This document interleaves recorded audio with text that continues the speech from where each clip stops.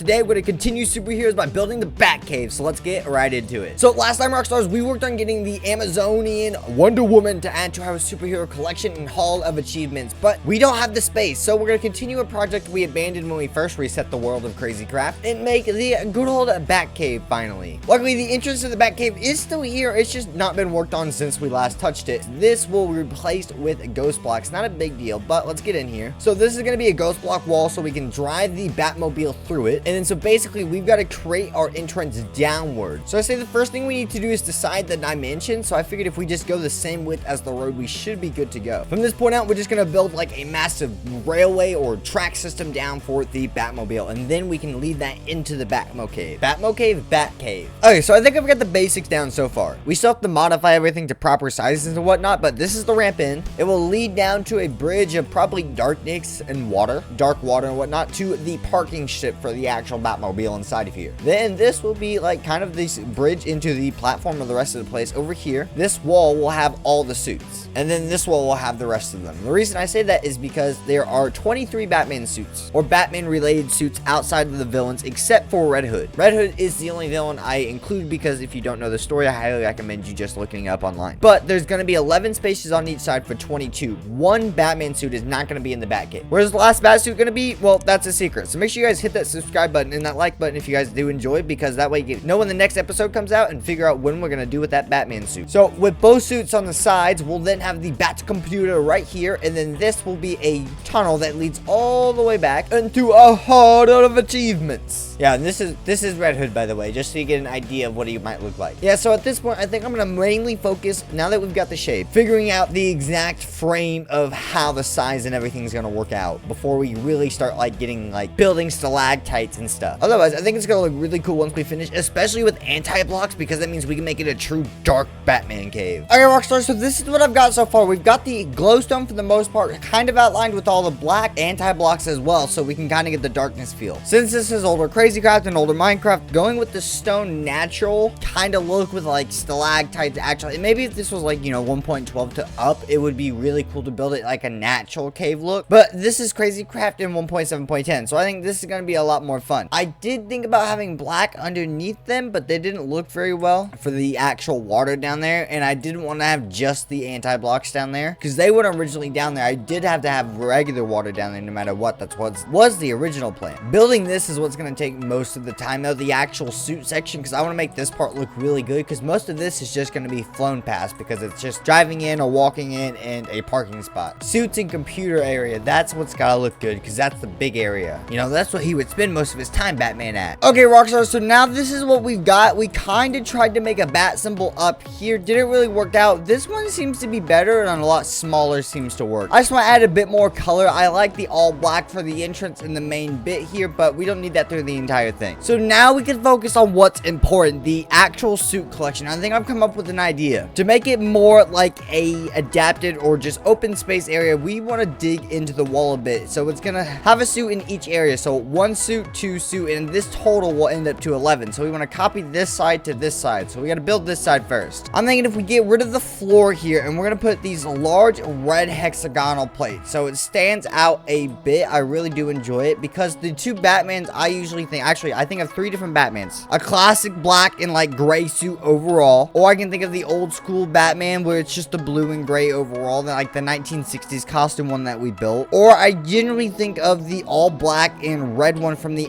Batman animated series, just because I see that image kind of float around a lot anytime I look up Batman or whatnot. So I think that's a good play. And then on the back wall, I want to have these metal like hexagonal like plate type things, and I really like these. But there's one thing I do want to do as well, try to figure out how to use black stained glass or a color stained glass, mostly black, and like outline the things like the actual suit locations. That's a little difficult because the suit's supposed to stand like right here, right? So I could put this here. I guess we could change the version of the suits and which way they face, but that would only really work for the entrances, because want a suit on each of these single spots. So I can't put the glass here because of the suit, and I can't put it here because of the other suit. So to do that, I would have to have 3 spaces for each and every single suit, which triples the amount of space, but it would look really good. I think maybe, what if we combine the 2 ideas, right? So what if we just don't go at so much of an angle, and it's more of a flat wall? So look, we can have a suit here and here, and then we can put another one here, and then we can put the next set of glass right here, and we can continue along with this. We just have to make sure we can fit all 11 suits on each side, and so far I can fit 4 per side, and I